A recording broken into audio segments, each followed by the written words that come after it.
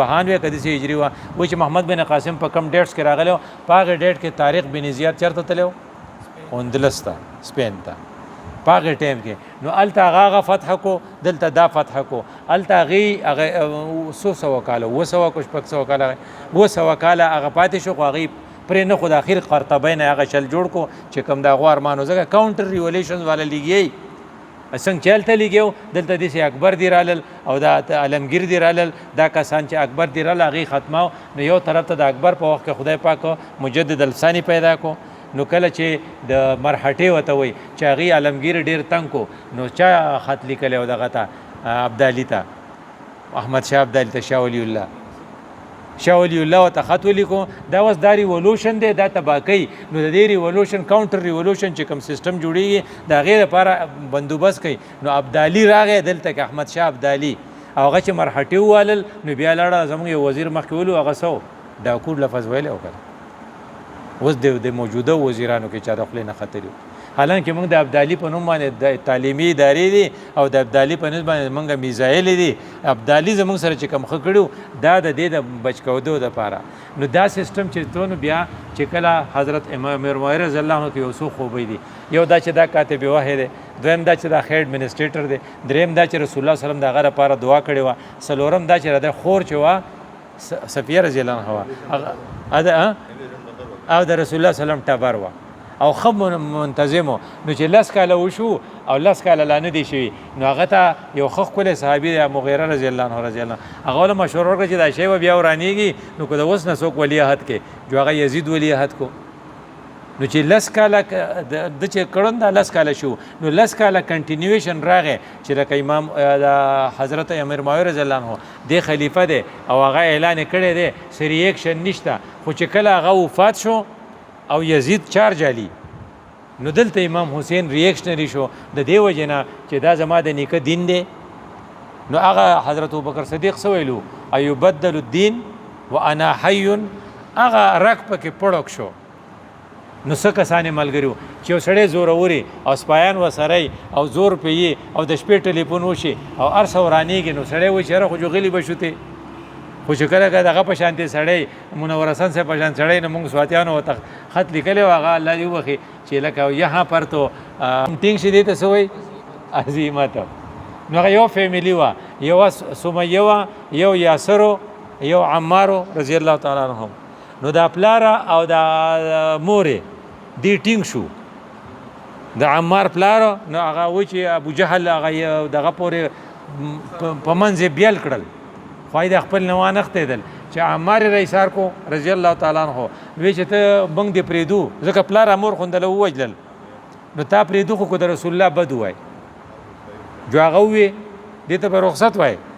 نو هغه چې لاړ رسول الله صلی الله علیه وسلم ته وی چې خو کفر وشو ما ستا بد وی نو ویړه دې څنګه ویړه مې ستا په فیور کې کوغي بیا دا چلو کو نو بیا دا چلو کوغي بیا تر ایثار کړی نو بیا زما بدوای مته چې رخصت باندې نو دغه صحابه چې وکم د غټ صحابه په دې کې دا درې واړه چې دی وی چېره اوس گزاره پکاره جنگ ته جوړیږي او دغه ته وینه بډې راتو شي خو دوه تنه کلک پاتې شو امام حسین رضی الله عنه او عبدالله ابن زبیر یو په دغه کې شو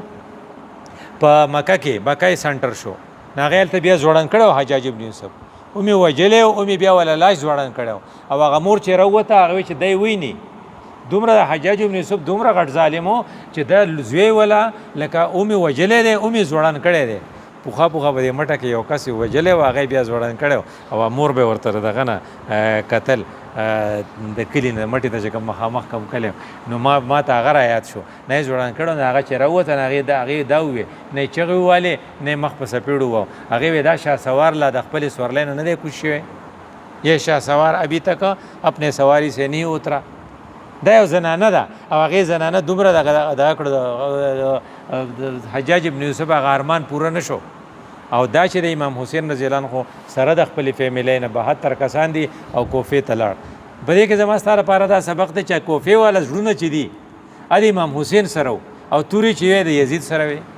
ځکه پرشر دوره د شپې راغلی لکه ته د شپې وایي زه ستا ملګری یم او ټلیفونونه ته وشي چې بیا جو خپل انجام ته دې ګوره زوړندو به دې او اډیاله جیل ته به دې لیږو او دغه بدله واړه بدله ټول خرابو نوکرۍ بدله ټول خرابو نثار به ته څه وایي چې زه پارټي بدلوم که نه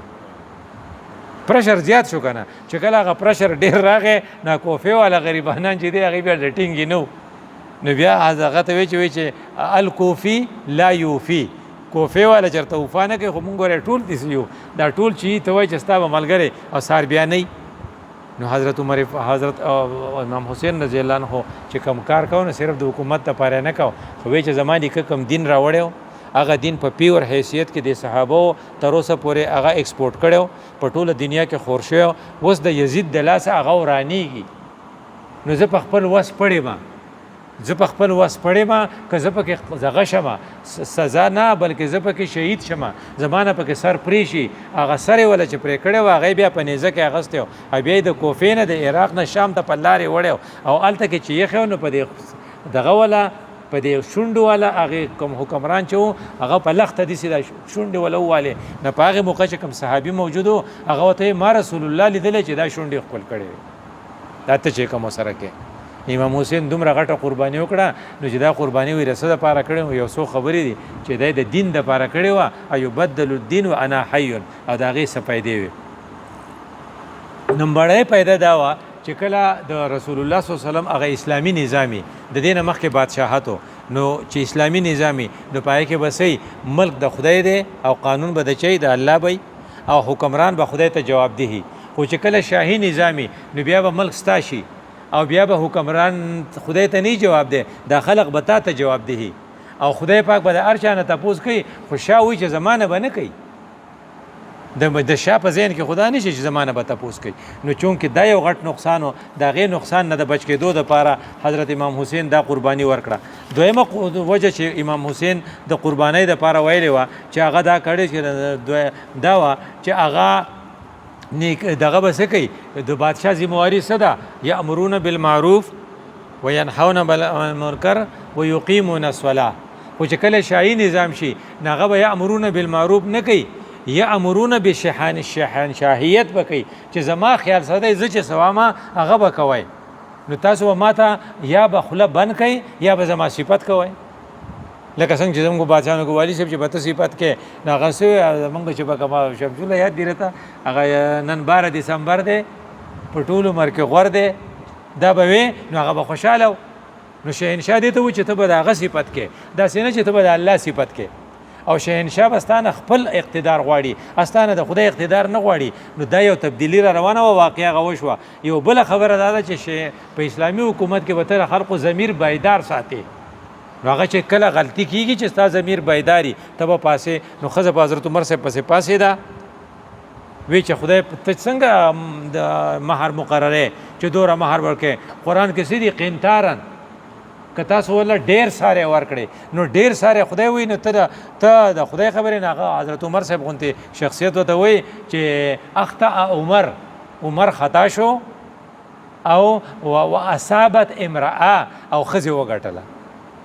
نو دا ته ویلی شي شهنشاه ته دغه په مخکې هم نشي ویلی نو هغه وایي چې د اسلامي حکومت دغه دا دی چې خلق به بیدارې چې هغه تا ته خبره کولی شي نو هغې خبرو کول دپاره به ورته فورم ورکړي نو فورم دا چې د اسلامي حکمران به جومات ته مانځله راځي نو په مانځه کې به چې دی وایي چې کینې خبره کوو نو هغه سړی پسې بانډچي راپاسېد وی لا اسمعو ولا اطیع موږ ناورو نه ستا خبره ورو عمر صاحب ته وی ولې ناورې وی دا کمیس چې دې جوړ کړی کپړې چې کوم موږ ته تقسیم کړی وی پای کې دوره اوږده کپړه نه وه ته به اول دا ایکسپلین کې چې هغه خپل زوی ته وی چې ته ایکسپلین کړه نو اول وی اوس خبره کوه